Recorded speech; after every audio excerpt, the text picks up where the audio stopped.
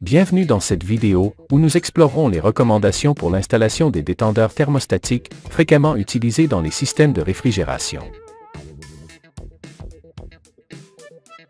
Commençons par souligner que l'électrovanne visible à l'écran joue un rôle crucial, lorsqu'il est nécessaire d'arrêter le fonctionnement du système en fermant le passage du fluide frigorigène vers le détendeur thermostatique.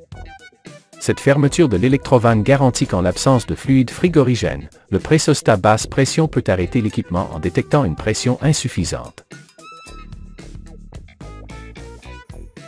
Cette stratégie de contrôle est utilisée pour réduire le risque de dommages lors du démarrage du compresseur. Dans une installation classique, l'électrovanne est placée aussi près que possible de l'évaporateur.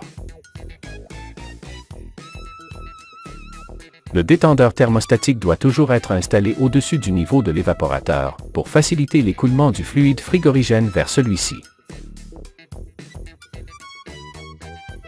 Le bulbe du détendeur thermostatique a pour rôle de tenir compte de la surchauffe du fluide frigorigène à la sortie de l'évaporateur afin d'assurer un contrôle optimal.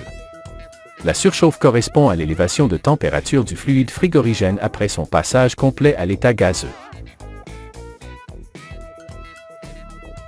Il est essentiel de positionner le bulbe capteur du détendeur thermostatique immédiatement à la sortie de l'évaporateur, sur une section horizontale, et de ne pas le placer sur la partie inférieure du tuyau.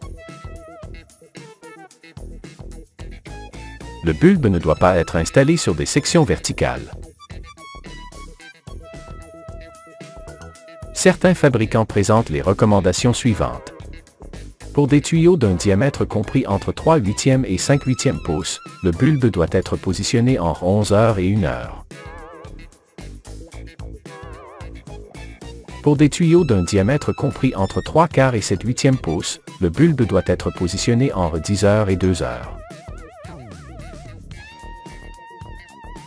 Pour des tuyaux d'un diamètre supérieur à 7/8 pouces, le bulbe doit être positionné entre 9 heures et 3 heures. En outre, il est impératif d'éviter de placer le bulbe capteur après un piège à huile ou un siphon. Dans le cas des grands évaporateurs, le détendeur thermostatique peut être installé à l'intérieur du boîtier de l'évaporateur, avec l'électrovanne située près de l'élément de détente. Il est important de maintenir le détendeur dans la partie supérieure. Il est recommandé d'utiliser un matériau isolant thermique pour protéger le bulbe capteur des courants d'air chaud ou des températures élevées.